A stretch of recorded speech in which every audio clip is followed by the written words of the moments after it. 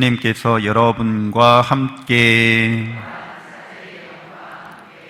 루카가 전한 거룩한 복음입니다. 주님 영광 받으소서.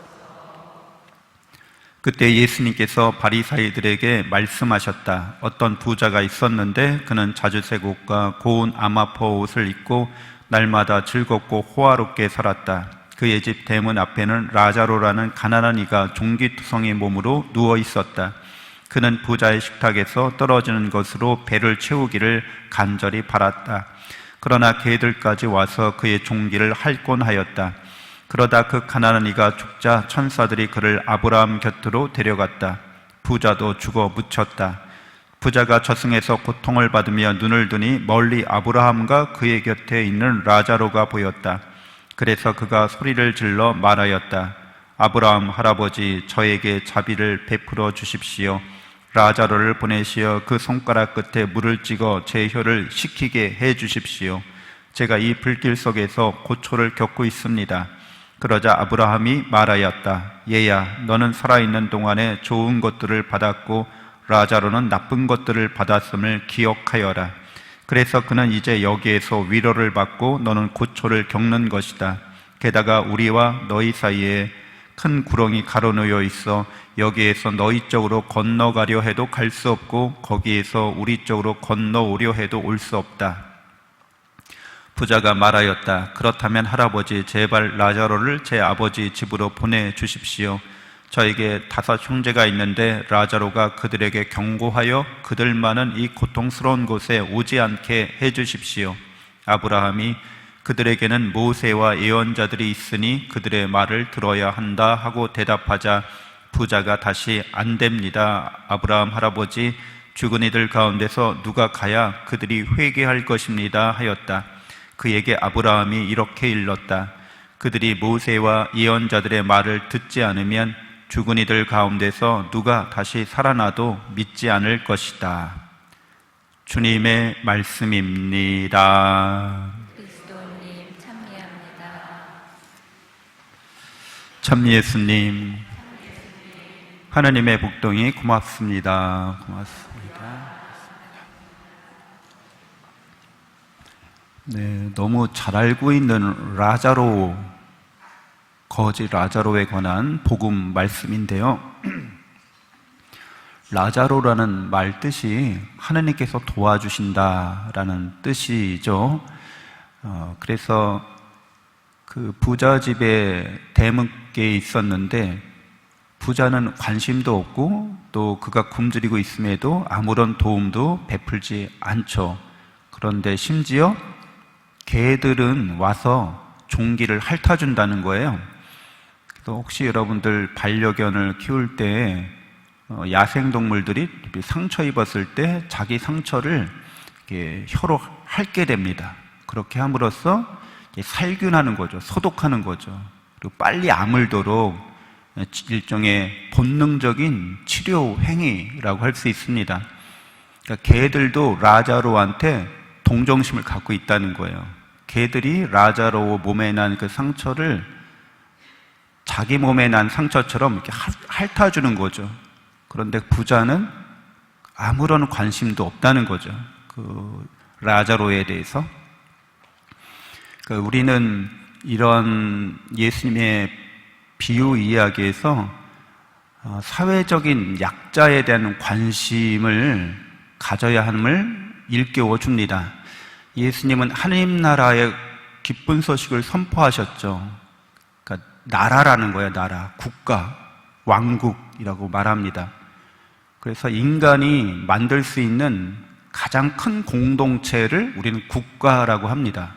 그러니까 하나님 나라는 인간적으로 인간이 체험할 수 있는 가장 큰 공동체라는 거죠. 그 공동체는 조직화되어 있습니다. 어느 공동체든지 조직화되어 있지 않으면 운영이 안 돼요. 그래서 행정조직이 있는 것처럼 하나님 나라에 가시면 하나님의 무한하신 사랑과 은총을 베풀고 나누는 조직이 움직이고 있는 거죠.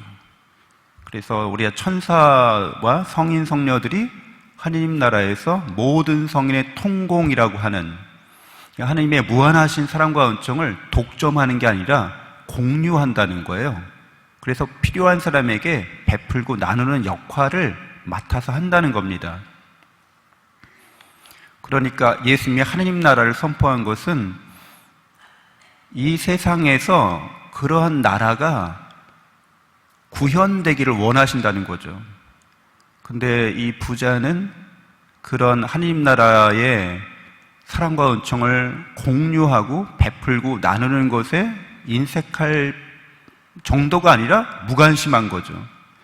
이 부자는 가난한 사람을 볼 때, 라자로를 볼 때 사회적 관점에서 어리석고 게으르고 하여튼 불성실해서 이렇게 됐다, 자기 탓이다, 제 탓이다 이렇게 말할 수도 있고 그렇게 생각했을 수도 있고, 그 당시 종교적 관점에서 부자가 된다는 건 축복받았다는 증거로 여겼거든요. 그러니까 난 축복받은 사람이고 저자는 저주받은 자다, 이렇게 종교적 관점에서 낙인 찍었을 수도 있습니다. 하여간 이 부자가 그런 생각을 하고 그런 가난한 사람들한테 주의를 기울이지 않았기 때문에 여러분들은 자기가 가지고 있는 것을 라자로에게 충분히 베풀 생각도 있고 그런 또한 마음도 갖고 있고 실제로 그렇게 행하실 수도 있습니다. 우리 모두가 천주교인들이. 그런데 예수님이 진정 원하는 것은 하나님의 나라가 이 세상에 서게 하는 거죠. 하나님의 나라가 건립되게 하는 거고 확장되게 하는 거죠. 이것은 어떤 의미가 있냐면 사회적 관심을 요청하는 겁니다. 사회가, 우리 한국이라는 사회도 조직화되어 있죠. 구조화되어 있다는 거 말해요, 보통. 이렇게 건물이 구조화되어 있잖아요. 이렇게 기둥이 있고 반석이 있고 뭐 이렇게 구조화되어 있는 이런 모양처럼 사회도 그렇게 구조화되어 있는데, 불이한 사회 구조, 잘못된 사회 구조라고 해요. 그러면 계속해서 가난한 사람이 생길 수밖에 없는 그런 잘못된 사회 구조에 대해서 고쳐야겠다는 의식을 가져야 되는 거죠. 그래서 천주교 신자들에게는 사회교리라는 게 있어요.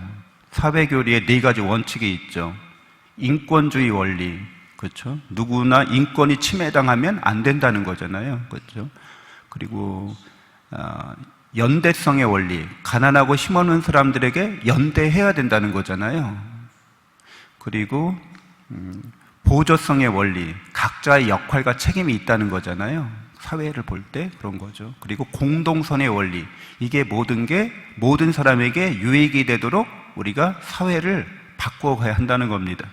그러니까 하나님 나라의 삶의 방식을 이 지상에서 실현하려고 할 때 천주교 신자들은 4가지 원칙에 따라서 이 사회를 바라보고 있어야 한다는 거죠.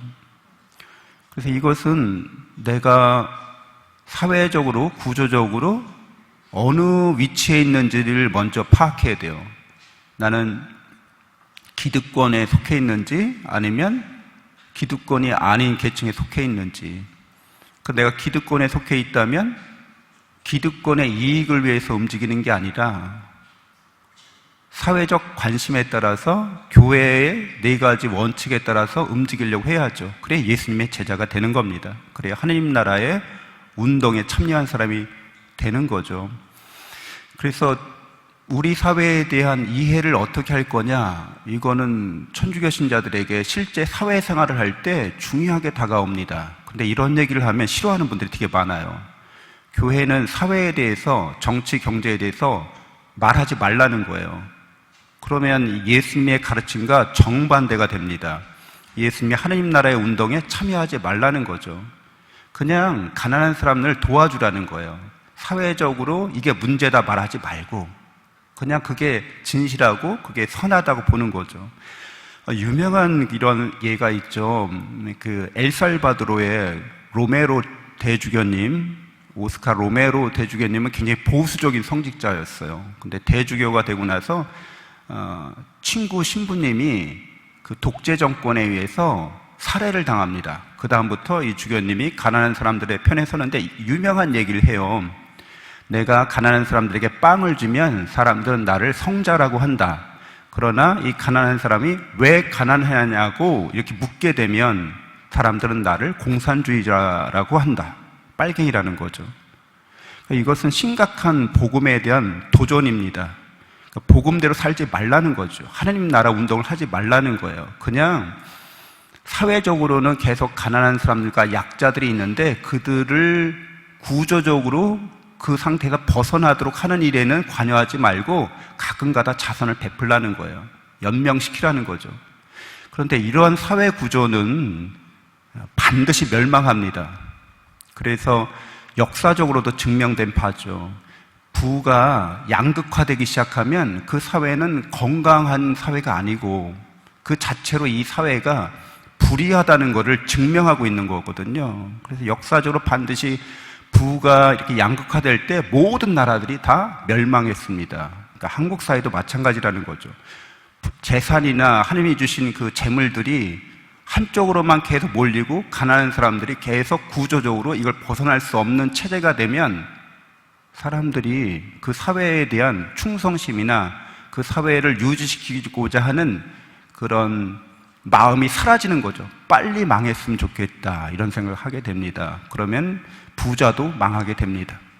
그래서 오늘 제1독서에서 하느님을 믿지 않고 재산이나 사람을 심으로 믿고 있는 사람들은 반드시 멸망한다고 이야기해주고 있습니다. 모세와 예언자와 율법도 역사적으로도 모든 것을 그렇게 우리에게 증언해주고 있기 때문에 신자분들은 사회적인 관심을 가질 때 이렇게 하나님 나라의 복음의 사회적 교리의 관점에서 바라볼 수 있어야겠습니다. 이게 뭐 정치적인 자나 우나 이런 게 아니라 복음적인 관점에서 하나님 나라의 관점에서 이걸 바라보고 이해하고 참여할 수 있어야겠습니다. 잠시 눈을 감고 기도하겠습니다.